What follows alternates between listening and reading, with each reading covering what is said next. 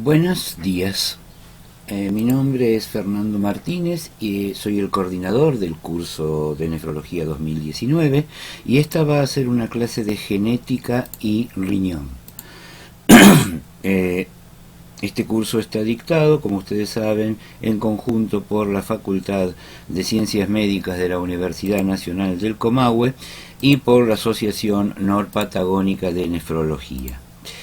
Vamos a comenzar con algunas definiciones. Definimos enfermedad genética como una enfermedad en que las personas afectadas tienen un exceso significativo de determinadas variantes o secuencias genéticas comparadas con un grupo control de personas no afectadas. Es decir, acá estamos viendo no solo aquellas enfermedades que un solo gen alterado produce, sino cuando hay un número determinado de cambios en el genoma que comparado con las personas que no tienen enfermedad.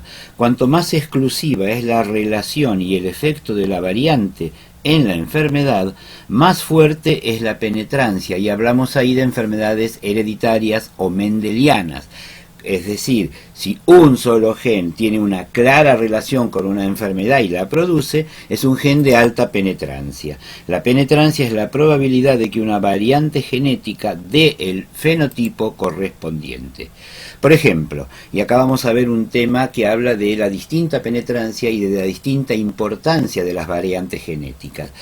Se vio que en el norte de Europa los varones tenían una frecuencia de casi el 16% de mutaciones en los genes que codifican la ceguera o no ceguera a los colores rojo y verde. Esto quiere decir un 16% de los varones del norte de Europa tienen alteraciones en los genes que determinan la visión de los colores, pero la mitad, solo la mitad de ellos tienen alguna alteración en la visión de los colores. Es decir, hay muchos más genes alterados que alteraciones en las visiones de los colores. Y esto se debe a que hay una región que controla los locus y que determina si va a haber o no ceguera a los colores. Después vamos a ver un ejemplo. Es decir, que puede haber diferencias en el número de copias y en la frecuencia de los genes, pero que esto podrá expresarse o no, sean mutaciones puntuales o de todo un cromosoma. Ahí está la ficha de esto. Y acá tenemos el ejemplo de la visión de los colores. En un extremo del gen X, es decir, el gen ligado al sexo de los varones, está el lugar de los genes de opsina, que son los que van a determinar la ceguera o no a los colores. Hay tres tipos de genes coordinados por este controlador. Uno es para la ceguera al rojo y hay dos para la ceguera al verde, pero solo el primero de ellos está controlado y es el importante. Si faltan ambos genes de la ceguera al verde, va a haber ceguera al verde.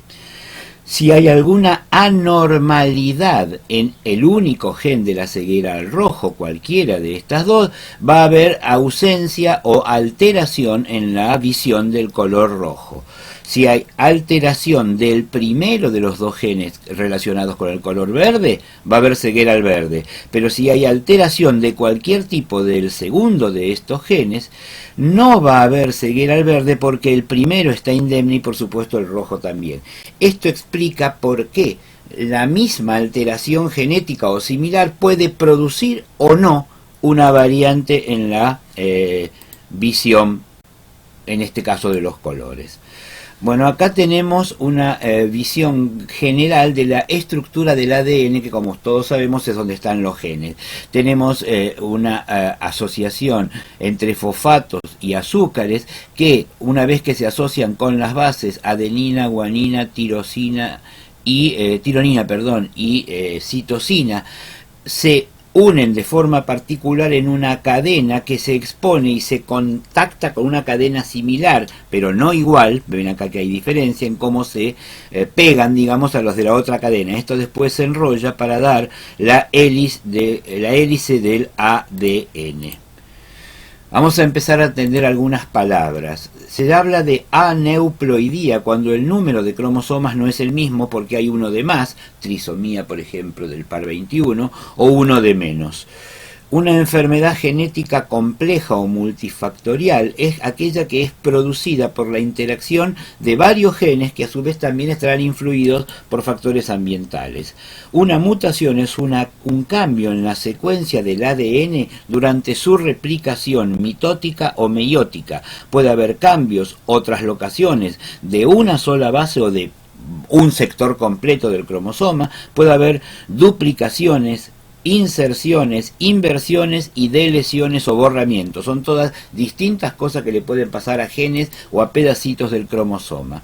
El exón es la parte de un gen que codifica aminoácidos, es decir, la parte de un gen que se va a expresar claramente con una función proteica en la célula. El exoma es el conjunto de los exones del genoma humano, que es solo el 1 a 2% del total de genes. Es decir, que la gran mayoría de los genes no van a determinar codificaciones proteicas. No lo van a hacer.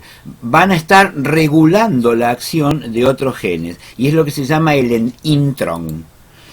El genoma es el total de las instrucciones genéticas de una célula, con 23 pares de cromosomas en el núcleo y una cromosoma en las mitocondrias.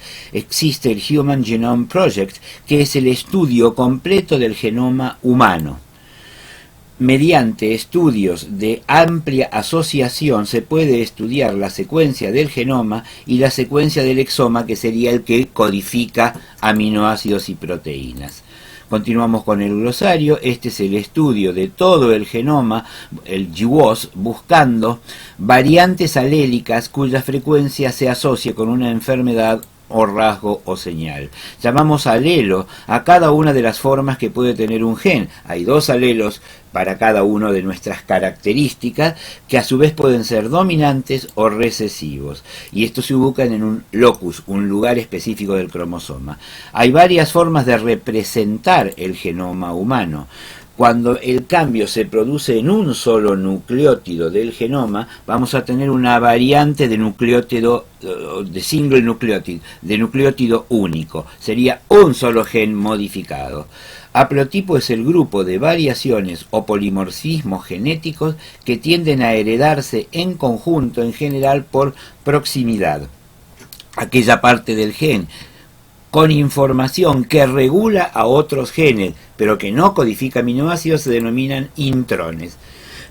Una secuencia de ADN no codificante es una secuencia que no codifica proteínas, sino que regula, como vimos recién, la expresión genética de otra. Locus es el lugar de un gen en el cromosoma. Terminamos con el glosario diciendo que homocigota es cuando los 2 alelos que codifican la misma información para un carácter son iguales.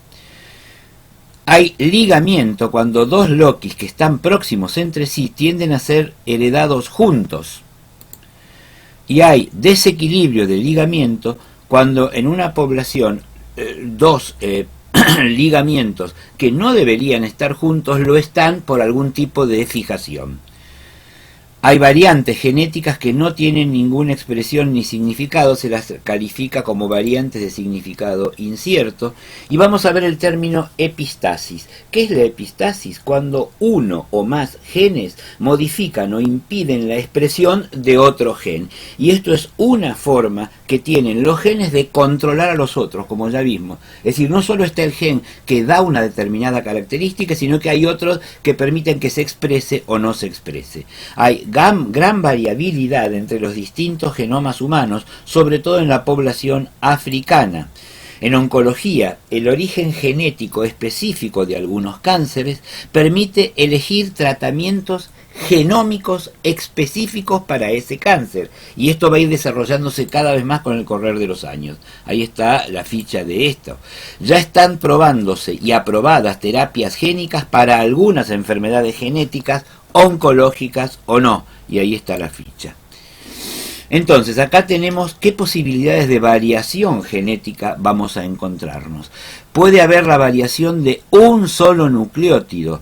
Esto es muy frecuente, afectando una región muy pequeña del genoma, con un porcentaje muy bajo, porque es muy chiquita. A medida que vamos aumentando la mutación con inserciones de lesiones y variantes de cada vez mayor tamaño, el número por genoma es cada vez menor, pero afectando una mayor región y un mayor porcentaje del genoma. Y acá tenemos un poco la historia de la genética y genómica. Vamos a empezar por la parte de abajo. En 1952 se confirma que el ADN es el responsable de la herencia celular y se le descubre un año después su estructura de doble hélice. Pero desde 10 años antes había comenzado a ser utilizado el término epigenética, que después vamos a ver. Ambas situaciones, la genética y la epigenética, han venido desarrollándose desde ese momento hasta ahora. ¿Qué es la epigenética?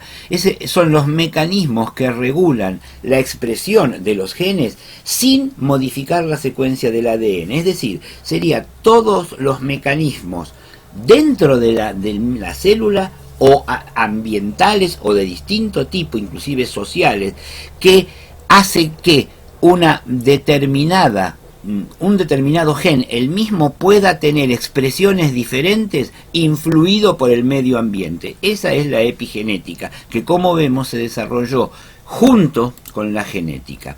Y acá tenemos cuáles son los cambios epigenéticos que puede tener, que puede influir sobre el ADN sin variar la estructura química de las bases en cuestión. Podemos hablar de acetilación, metilación y otra serie de reacciones químicas que, sin modificar a las histonas, modifican su característica y modifican su expresión. Esto es la epigenética. Entonces, el genoma se va a transcribir a través del ARN mensajero para la síntesis de proteínas distintas, lo cual va a hacer, por ejemplo, que va a determinar la función que van a cumplir estas proteínas. Esto es lo que llamamos el metaboloma. El gen es la unidad de transmisión de la herencia. El genoma humano comprende alrededor de 20.000 genes y, como ya vimos, contienen exones e intrones. Los exones en conjunto dan el exoma. Acá tenemos entonces que un determinado genotipo dentro del desarrollo intrauterino puede tener unas variaciones epigenéticas que, sin variar el gen, modifican su expresión, pero cuando a su vez la persona ya está fuera del útero materno, distintas condiciones del ambiente, como las que podemos ver acá, también van a modificar epigenéticamente al genotipo, dando una variación en el fenotipo de proteínas sintetizadas. Y acá tenemos lo mismo. Tenemos que la expresión genética a través de variantes de nucleótido simple o un poquito más compleja va a dar que el ADN va a sintetizar o va a espejear un ARN que va a dar una determinada proteína que va a determinar la función en el riñón, pero que todas estas modificaciones epigenéticas van a modificar la expresión de este gen, determinando un cambio en la función de las proteínas codificadas.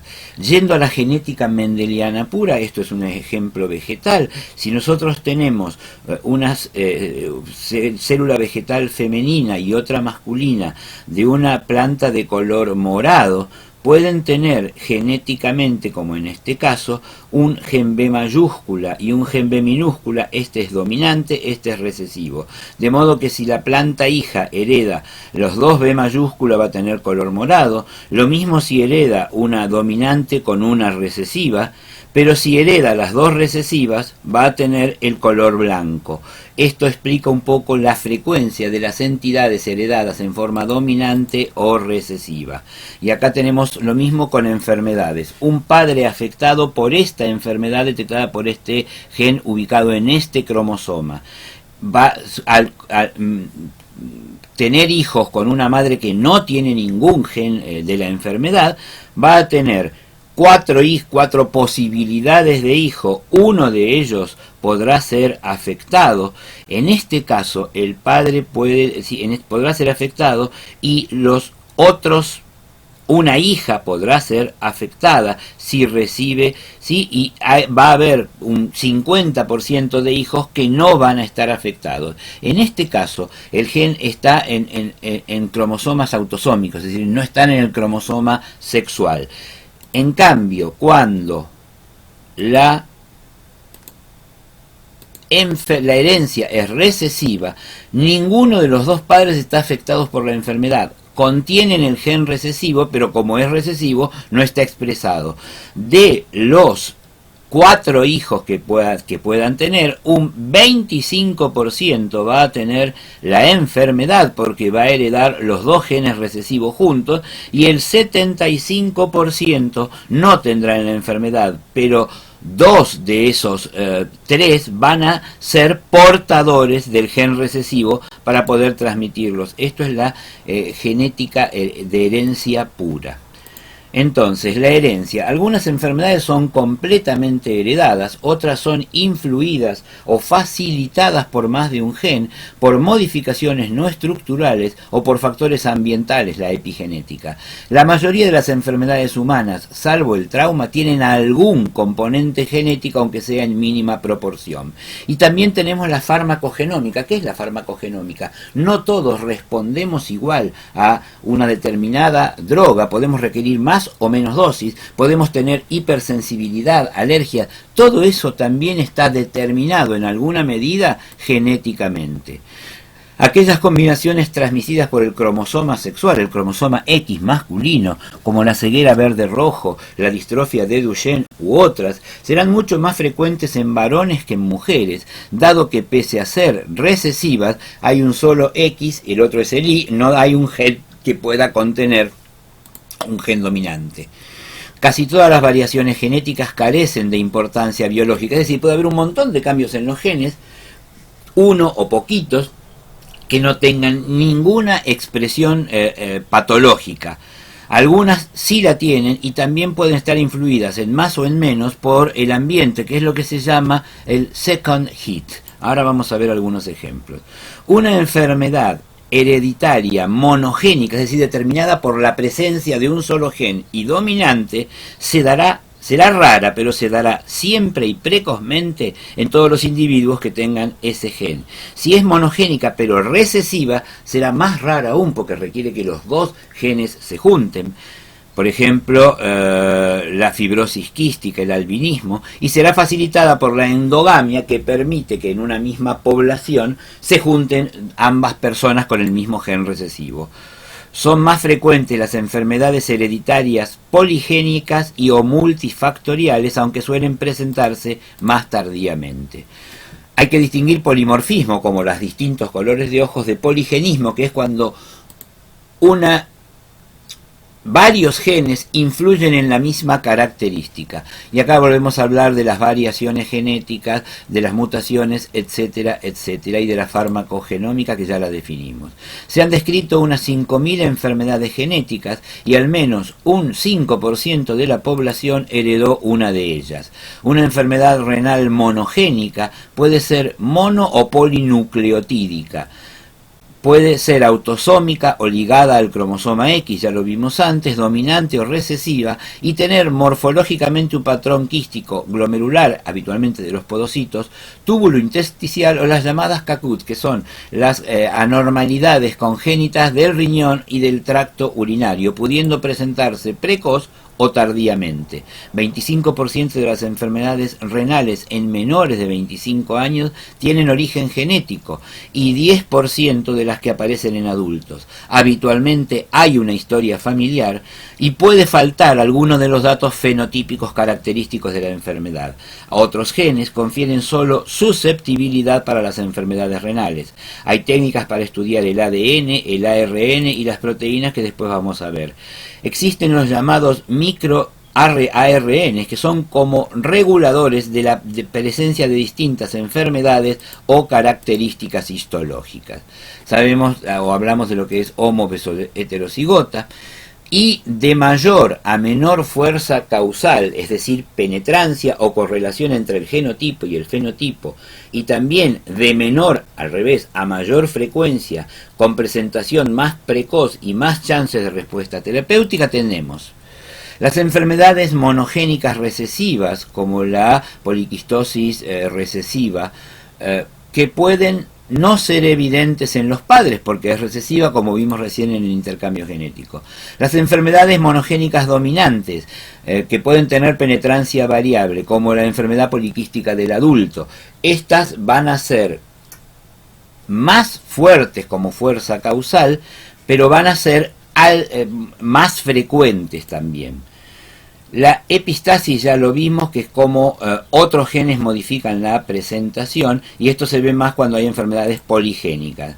Además, adquiere importancia la epigenética a través de la influencia o influenciada por la influencia ambiental. Hay variantes genéticas y mutaciones en genes distintos que pueden causar situaciones similares en distintos individuos.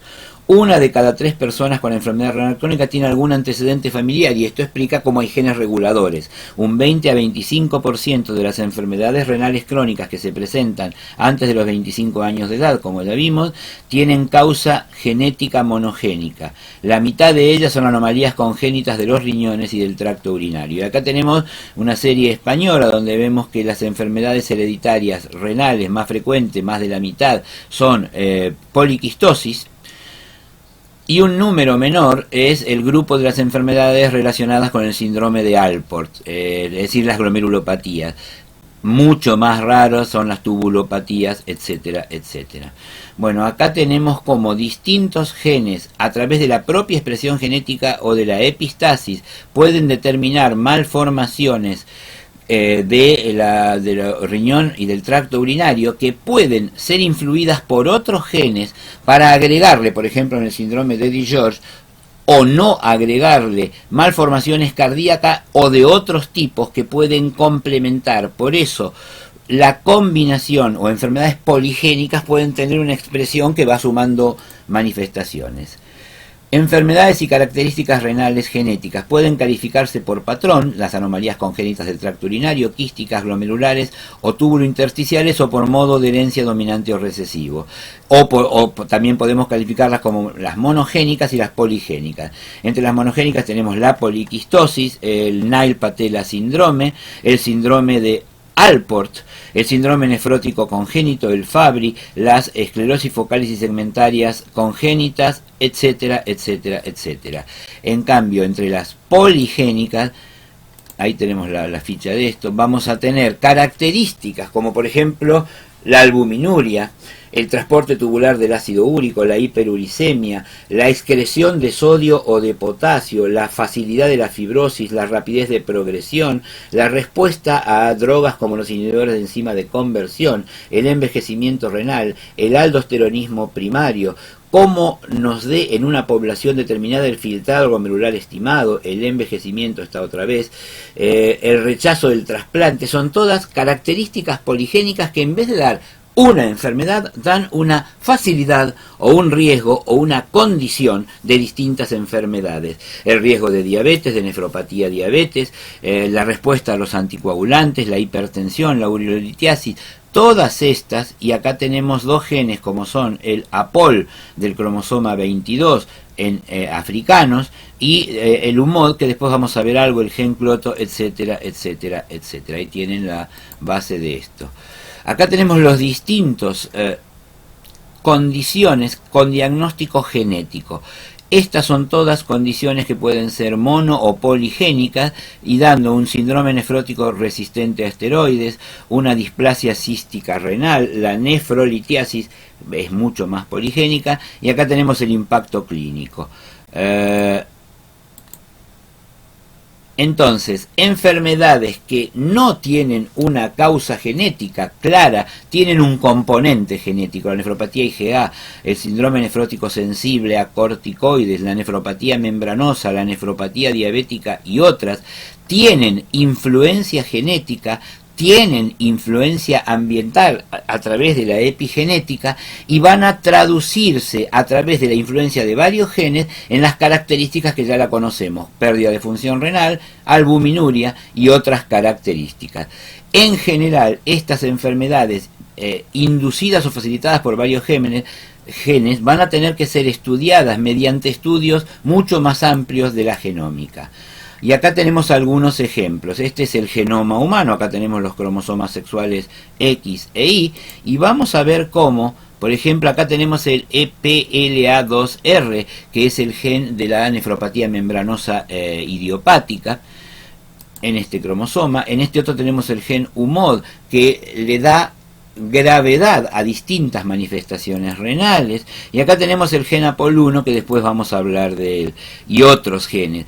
Estos genes distribuidos en distintos lugares van a permitir asociaciones de facilitación. Entonces, la secuencia del ADN en el genotipo va a determinar una expresión de ARN que va a dar un producto proteico. Los genes pueden influirse entre sí para variar su expresión, pero además, con el medio ambiente y la epigenética, todas estas condiciones del medio ambiente pueden modificar la expresión del genotipo, dando el fenotipo, el pronóstico, la aplicación clínica, la estratificación de riesgos y las distintas características farmacogenéticas de una persona. Estos son los que llamamos exposomas. No está solo el genotipo, está todo lo demás que de alguna forma nos exponen a llegar a ser lo que somos. Las nefropatías congénitas de anormalidades del riñón y tracto urinario, tenemos la genesis renal, el reflujo vesicoureteral, con la denominación OMIM y con cuáles son los genes y cuáles son sus características fenotípicas.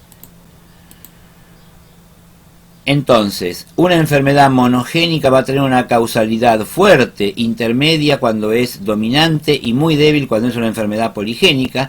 Una enfermedad monogénica recesiva va a tener plena penetrancia y esto va a ir disminuyendo hacia las poligénicas.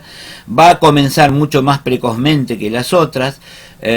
Acá tenemos las distintas formas de estudio, pero va a ser mucho menos frecuente la recesiva que la dominante y mucho más frecuente la poligénica, aunque tiene una débil penetrancia.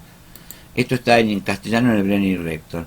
Y acá tenemos lo mismo. Las enfermedades monogénicas, recesivas o dominantes, van a ser raras, y las complejas van a tener un alto impacto, van a ser mucho más frecuentes, por ejemplo la nefropatía hipertensiva, pero están influidas por un montón de genes que influyen, con variantes en muchos locus o loci genéticos, no tienen patrón hereditario mendeliano, etcétera, etcétera.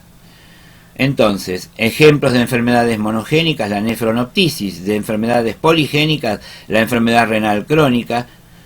Como ustedes ven, estas son individualmente raras, estas son mucho más frecuentes, pero estas son mucho más penetrantes que las otras, ¿sí?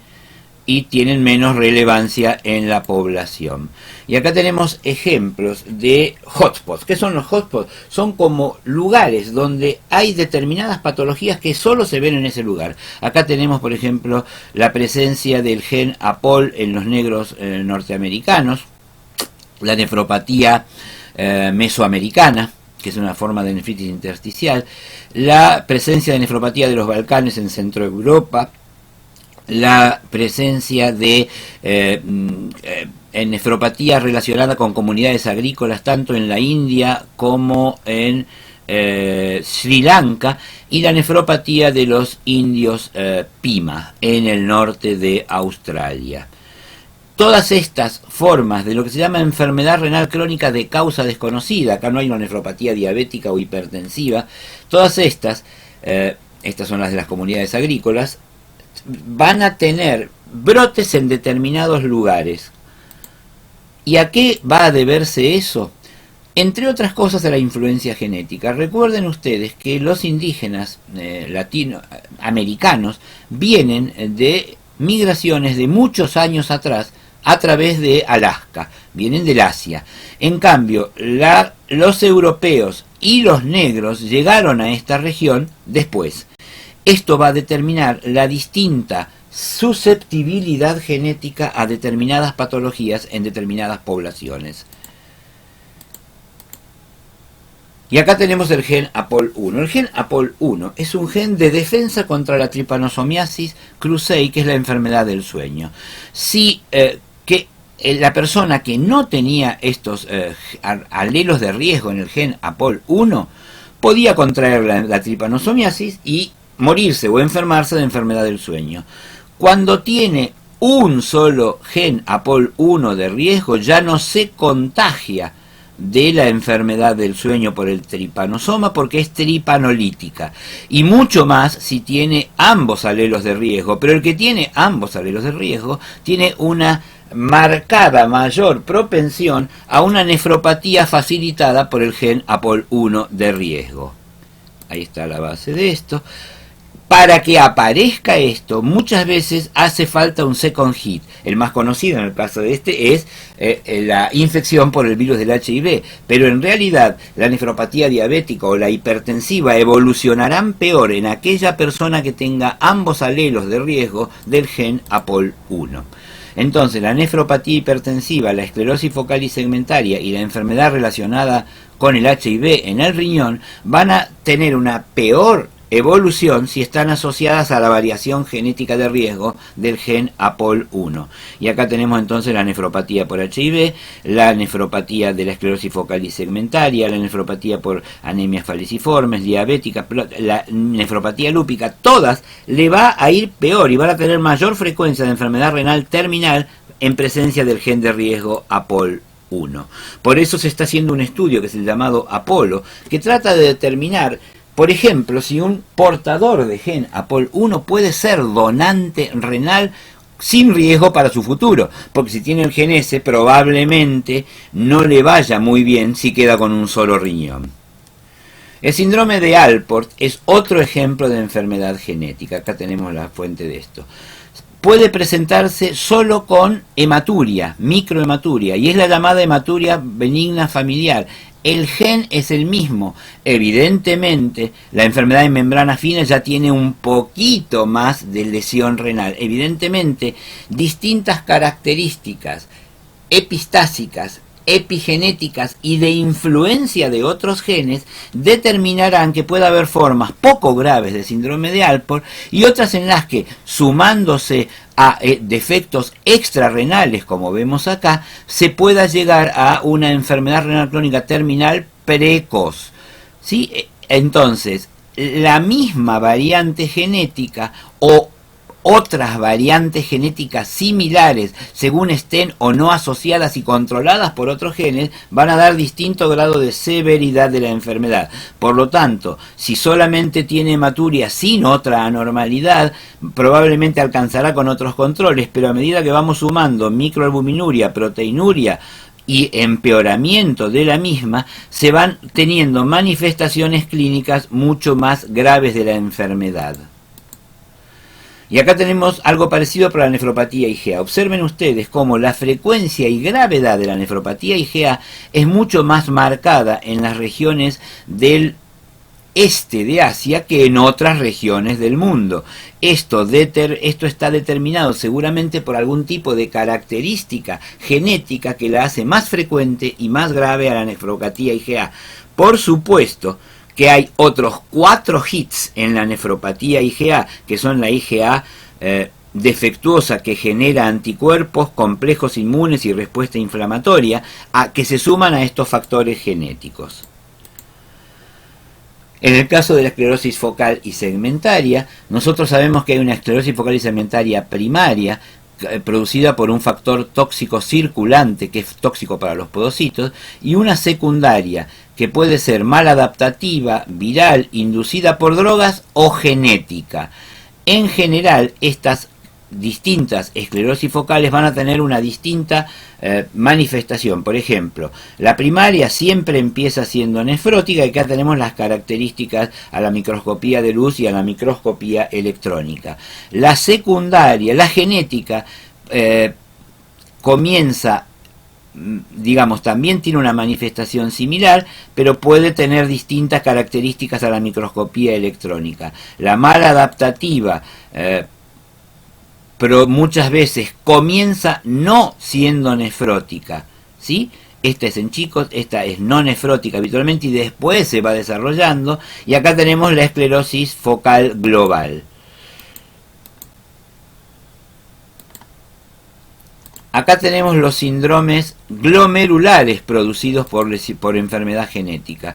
Acá yo los voy a solo mencionar, el Nail-Patella y un montón. Son relativamente raros, por ahí es más frecuente el Alport, que vamos a ver después. Ahí tenemos el síndrome de Alport y también tenemos la nefropatía por membrana basal delgada, que sería por ahí una lesión genética menos expresada. La enfermedad de Fabry y otras más, todos estos son síndromes glomerulares que pueden recidivar o no, y que algunos hasta pueden responder a los corticoides y a la ciclosporina. En cuanto al túbulo, tenemos trastornos hereditarios del túbulo contorneado proximal, como el Fanconi, como la enfermedad de Dent, y otros más de distintos. Estos son mucho más frecuentes, los del túbulo contorneado proximal. En cambio, en el túbulo contorneado renal tenemos las acidosis renales tubulares distales, tenemos los síndromes de Bartter y Gitelman, el Lidl y otros tantos. Estos son los síndromes tubulares. Cuando estamos evaluando una paciente y le hicimos toda la biopsia renal, la microscopía electrónica, con un síndrome nefrótico y un borramiento de los procesos podocitarios, vamos a tratar de tratarlos con corticoides. Si responde, era una focal segmentaria primaria. Si hay resistencia, hay que ir a buscar una forma no primaria mediante un test genético. Si no tiene síndrome nefrótico, tenga o no tenga borramiento difuso de los podocitos, tenemos que ir a buscar trastornos genéticos. Si no tiene síndrome nefrótico, no tiene proteinuria nefrótica y tiene solo borramiento segmentario y con causas secundarias evidentes, vamos a pensar que es una focalis segmentaria secundaria. Acá tenemos los genes de las acidosis renales tubulares, y lo que quiero mostrar acá es cómo las formas proximales tienen una característica genética distinta que determina que no tengan hipercalciuria, que no tengan nefrocalcinosis ni nefrolitiasis, que sí se presenta en las distales, en el Fanconi, y pero no en las mixtas y en esta de proximal pura. Las enfermedades renales quísticas hereditarias son casi todas monogénicas. Pueden ser recesivas, a excepción de la dominante, poliquistosis dominante, y pueden ser hereditarias las enfermedades renales quísticas o no hereditarias. Acá tenemos la poliquistosis dominante, la recesiva y otras enfermedades quísticas hereditarias, y no son hereditarias los quistes simples, la espongiosis, la enfermedad renal quística adquirida, las neoplasias quísticas y los quistes renales no tubulares. En presencia de quistes, la presencia de historia familiar nos va a llevar a que pueda tratarse de una variante PKD1 o PKD2 u otra variante genética. Recuerden que entre estas dos hay distinta capacidad y velocidad de progresión. Si no hay historia familiar y hay hallazgos inusuales, puede ser una mutación que haya empezado en esa persona.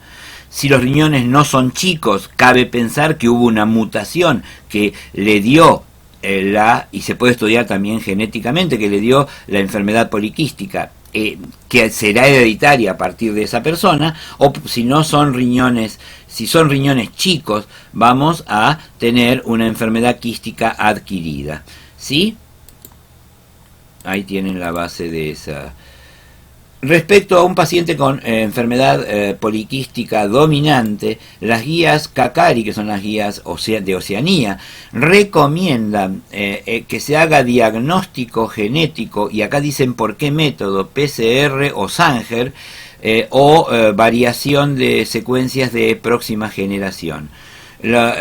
A los que se les llega un diagnóstico de enfermedad poliquística dominante, que no se le encuentra la variante o la mutación genética por PCR, tienen que ir a otros estudios para buscar la causa genética.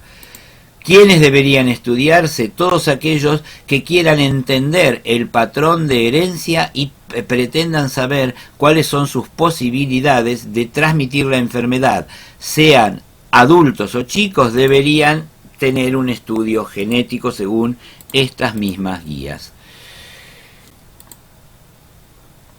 Y acá tenemos un trabajo que lo que muestra es que las distintas variaciones PKD1 y PKD2 en la enfermedad poliquística tienen distinta frecuencia de progresión. Acá tenemos todas las pruebas genéticas que pueden hacerse, como el test de Sanger y la PCR de amplificación por secuenciación directa. Estas detectan variantes de un nucleótido único. Esta ya se usa para genes o para grupitos de genes chiquitos. Los de amplia generación, como los estudios del genoma y del exoma, son mucho más caros, pero ven todos los genes y en general se usan para enfermedades poligénicas. Pueden aplicarse técnicas genómicas a las biopsias renales. Y acá tenemos descritos cada uno de los tests que pueden hacerse. No voy a entrar en eso porque esto es del manejo de los genetistas. Ahí está la ficha para el que quiera revisarlo. En la diabetes podemos tener facilitación de las entidades de nefropatía diabética relacionada con la secreción de insulina o con la resistencia a la insulina a través de obesidad. Estos son los genes que van a dar la predisposición a la diabetes. Es decir, que las personas que tienen riesgo genético de diabetes y riesgo genético de enfermedad renal, con un riesgo común a través de la exposición crónica a la alta glucosa y sumado a otros factores que podríamos llamar epigenéticos, como hipertensión, dislipemia, obesidad, etcétera, van a dar todos estos factores que claramente desarrollan la nefropatía diabética. La población genéticamente predispuesta tiene mayor riesgo de de un índice de masa corporal elevado, y este mayor riesgo se junta a la base genética en persona o la falta de base genética, implicando que los factores ambientales siguen siendo contribuyentes importantes a la aparición de todos estos distintos tipos. Acá tenemos los subtipos de diabetes con mayor o menor causalidad genética y cómo esta característica genética va a determinar una mayor o menor respuesta a distintos tipos de tratamiento. Entonces hay que considerar siempre que se está frente a un dato fenotípico y sobre todo un conjunto de datos, si es posible que haya un trastorno hereditario. Y ahí, acá dice, en base a acá lo que tendremos que hacer nosotros es derivarlo a un grupo de genetistas para que estudien mediante cualquiera de estas técnicas para llegar a un diagnóstico genético. En la enfermedad renal crónica, si tenemos una causa clara que causa enfermedad renal crónica terminal, no vamos a hacer un estudio genético. Pero si tenemos una enfermedad renal crónica inexplicable o que comienza en la edad temprana, si hay una historia familiar de enfermedad renal crónica, tendremos que ver qué patrón de herencia tiene y buscar todas estas formas. Si no hay enfermedad familiar, pero hay datos extrarrenales, también vamos a tener que buscar una entidad genética como causa del trastorno. En el síndrome nefrótico resistente a corticoides pasa algo parecido. Vamos a ver, la resistencia a los corticoides aumenta la posibilidad de que se trate de una enfermedad genética. Y acá tenemos como distintas drogas van a tener distintos mecanismos de toxicidad, insuficiencia renal aguda, lesión glomerular, por un mecanismo genético que determina la facilidad de que nos vaya bien o mal con esas drogas. Y también distintas drogas van a tener distintas respuestas. Y esto es también influencia genética en la respuesta a distintas drogas que pueden variar nuestra capacidad de respuesta. Y acá tenemos como también distintas drogas pueden tener distintas reacciones indeseables, modificadas y favorecidas por una característica genética. Esto es lo que llamamos la farmacogenómica. Con mayor detenimiento pueden dedicarse a estudiar todas estas características para ver de qué drogas, van a ver que son drogas de uso frecuente, y acá tenemos por ejemplo la simvastatina u otras drogas similares pueden producir mayor frecuencia de reacciones indeseables a estas drogas. Gracias por la atención. Buenas tardes.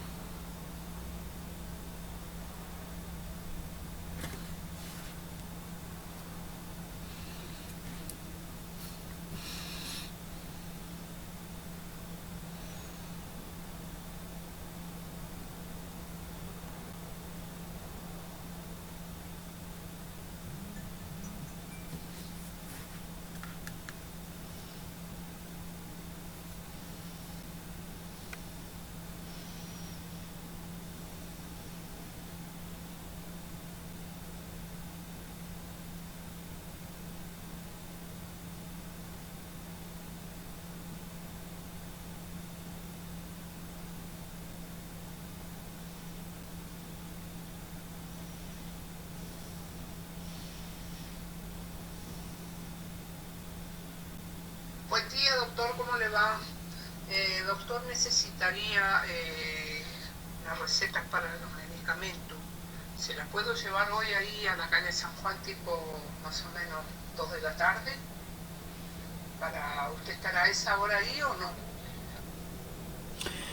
No, en la calle San Juan yo atiendo los días lunes, atendí ayer. Entonces, si vos la necesitas, ya lo que vos podés hacer es dejarlas en la calle San Juan y pero yo no paso hasta el lunes que viene. ¿No podrás llevar las 5:30 de la tarde a la calle Belgrano? O si no, mandame un mensajito y yo te las dejo hechas en Belgrano, que yo voy esta tarde. Pero mandame un mensajito para recordármelo.